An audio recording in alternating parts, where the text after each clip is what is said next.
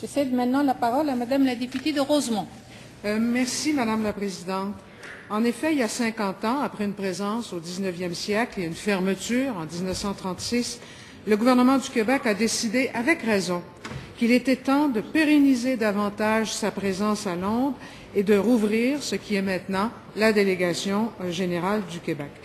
Cette même année 62 marque d'ailleurs le début de l'établissement d'un réseau de délégations et de bureaux qui couvre maintenant l'Europe, les Amériques, l'Asie et l'Orient.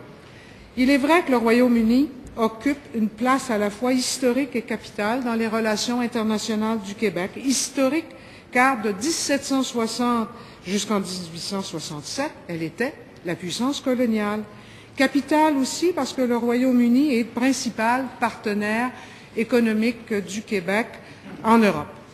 Le Royaume-Uni exerce surtout de Londres une véritable influence culturelle, économique, intellectuelle, médiatique dans le monde. C'est une puissance financière de toute première importance. Mais la présence du Québec, moi aussi, je tiens à le signaler, elle est beaucoup aussi culturelle. Il y a des collaborations d'ailleurs qui durent depuis 30 ans. Je pense notamment à Robert Lepage, à Marc-André Hamelin, à Marie Chouinard, à la Human Steps. Il faut toujours le dire et le redire, Madame la Présidente, la culture doit être au cœur même de l'action internationale du Québec.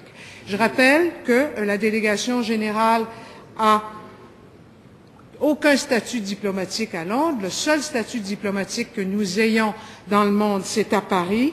Et je ne peux m'empêcher de redire que si nous avions partout ce statut d'ambassade comme celui que nous avons à Paris, nous vivrions comme nation une vie internationale complète et normale. Je veux apporter, moi, mon soutien personnel aux Écossais dans leur démarche pour obtenir leur souveraineté, et ça me semble important. Et je termine par une note beaucoup plus personnelle, Madame la Présidente, une pensée à notre ami Daniel Audette, qui a été, de 2000 à 2003, délégué général du Québec à Londres, nommé par Bernard Landry, et qui combat courageusement un cancer depuis plusieurs années. Daniel est très malade.